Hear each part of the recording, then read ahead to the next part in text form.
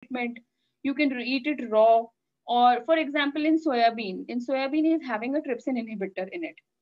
So there are GM soya produced, which is not having such trypsin inhibitor, and you can directly eat those soyas. Otherwise, those soyas, if you will eat directly, if you will eat raw soybean crop, then what will happen is it will damage the trypsin produced available in your intestine.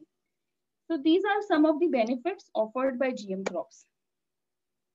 Now there are multiple types of cereals, pulses, fruits, vegetables, and all type of crops which have been commercialized, which have been developed as well as commercialized using this GM technology, and that's why they are known as the GM crops. For example, even now in the flour like canola, carnations, or sugar beet, every type of uh, plant is genetically modified, and there are many countries which have already adopted the cultivation, as well as some countries have not adopted the cultivation, then they have allowed for the import of such GM crops. So as you can see that the adoption rate of GM crops is very high. In fact, this is the fastest adopted technology in last, you can say, almost 50 years. So this is the fastest adopted technology. Almost 192 million hectares of the land is adopted by GM crops, and 26, in fact this is the data of 2018, I would say. In 2019, almost 29 countries have already adopted the production cultivation of those crops, and 70 countries in total are there. If they have not allowed cultivation, then they are allowing the import. So the adoption rate of this crop, GM technology, GM crops, is actually very high. And then who are the major crops? What are the major crops which are being adopted? So there are actually major crops are like uh, soybean, maize, canola, cotton. So these are the major crops which have been adopted for cultivation, and the major countries who have adopted them are these five. And luckily, India is also there. In fact, in India, there is only single crop which has been approved for cultivation, single GM crop, and that is cotton.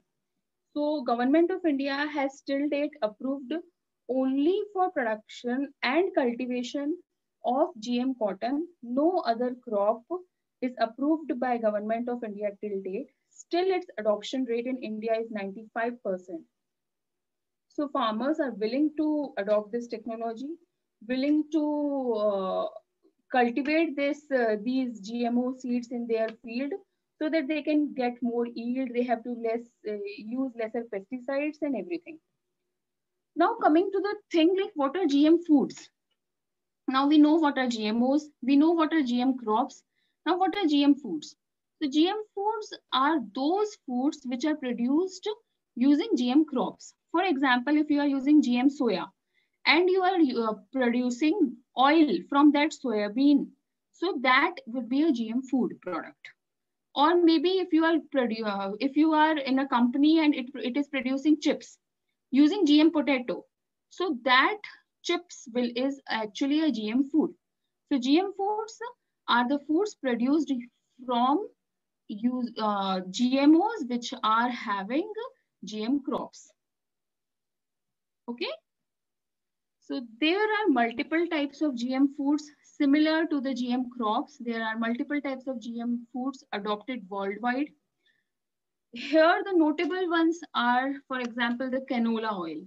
So 87% of the commercially grown canola oil is actually GM canola. Similarly, almost half of the cotton grown worldwide is GM cotton. Soya, it is having 93%, almost 93% of the soya which is grown in US is GM soya. So the products produced from those soybean or cottonseed oil or canola oil, so they are also GM food products.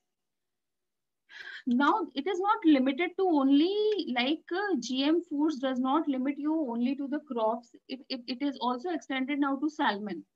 So salmon is also genetically modified and it has been approved by FDA for consumption even. So there is even the GMO salmon is there. Now, do we actually need GM foods? The major question, the big question here arises is, do we actually need GM foods? So, answer I'll leave up to you, but I will just discuss here that what are its pros and cons. Why is it required? Why do we require such technology? So first of all is the expansion of population. This is not a very hidden thing.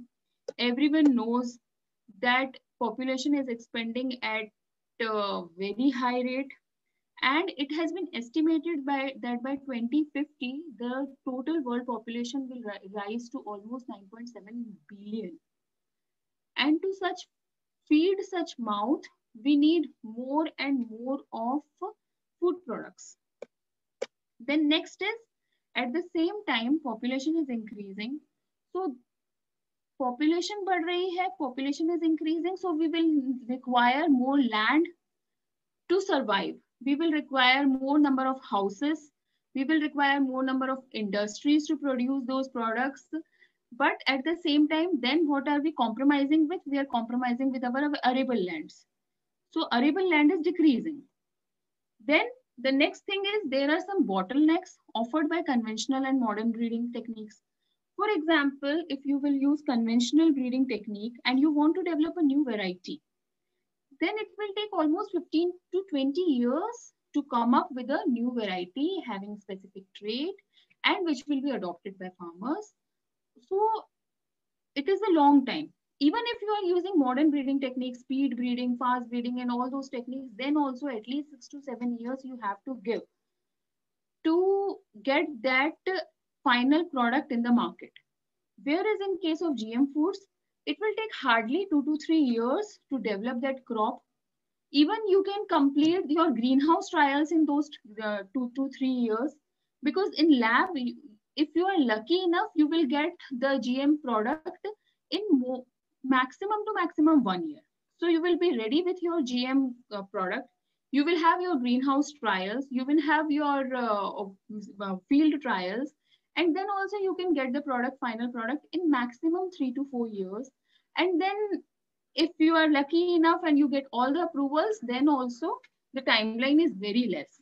So then there are another bottlenecks of conventional breeding is, there is limit that we have very limited this thing genome size is very limited. So we are very limited with the modifications we can do actually in the conventional breeding. Whereas in GM technology, we can take the genes from unrelated species. We can take the gene from bacteria. We can produce antibacterial resistance. We can take the antibacterial resistant gene and modify a plant for that particular trait. So that is not possible using conventional breeding method. All these things have led to the thing that biotech crops have contributed a lot to the food security, sustainability, and climate change solutions.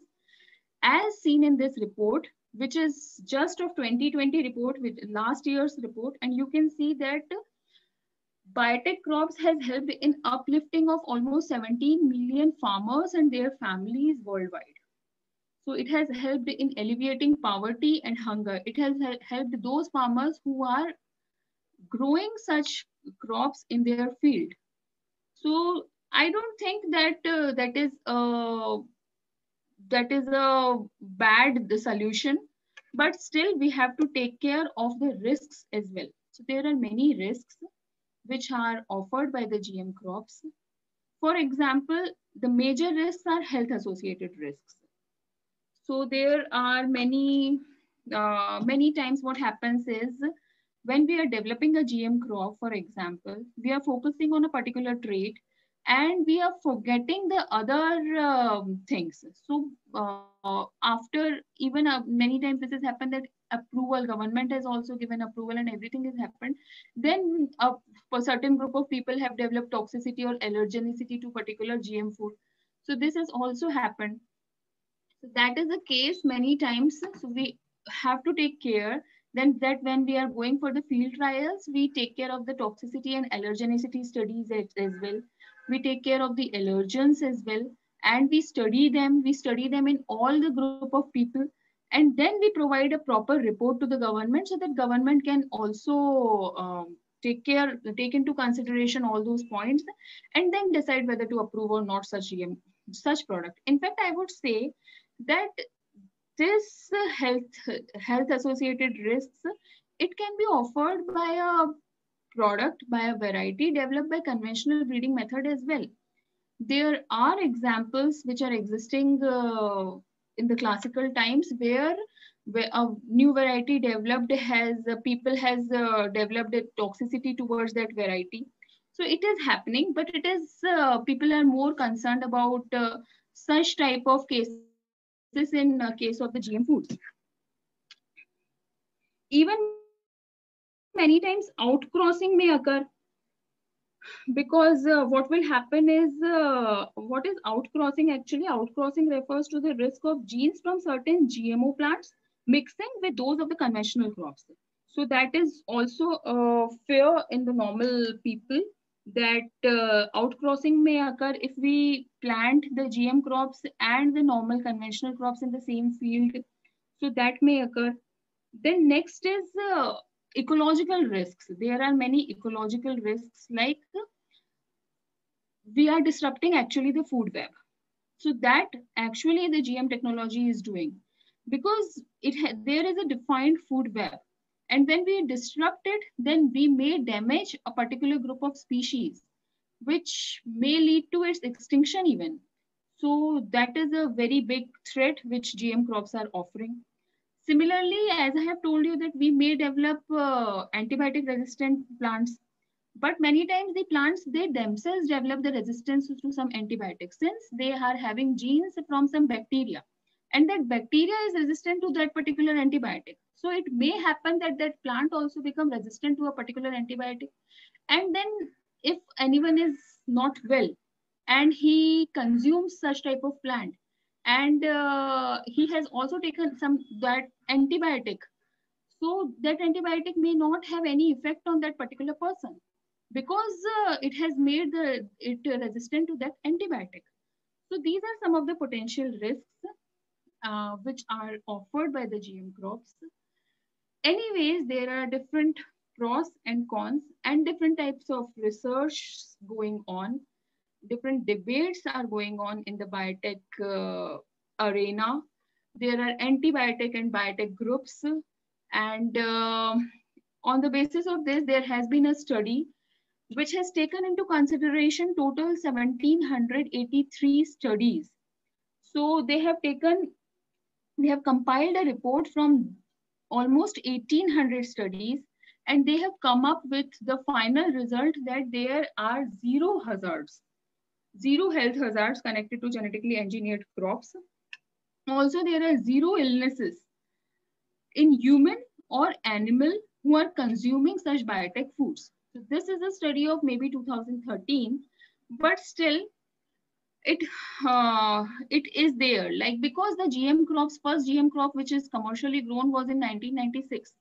So still we can say that even after 10 years or 15 years, if this study the people has conducted and they have come up with such results, then we may trust GM crops. So that is the case. Now coming to the thing that traceability of the GM food products. Traceability is something that we are able to identify whether particular trait, whether particular gene, whether particular parameter is available or not in the food product which you are consuming. So that is traceability. For example, pesticide residue. So we are using different types of pesticides. Now, if you are able to identify whether your product which is in your plate is produced using a crop which was sprayed by some pesticide or not, then you will be happy to consume it. If you know that whether you are consuming organic product or an inorganic product, then accordingly your choices may change. Similarly, there are traceability guidelines for the GM food products. So traceability is something which enables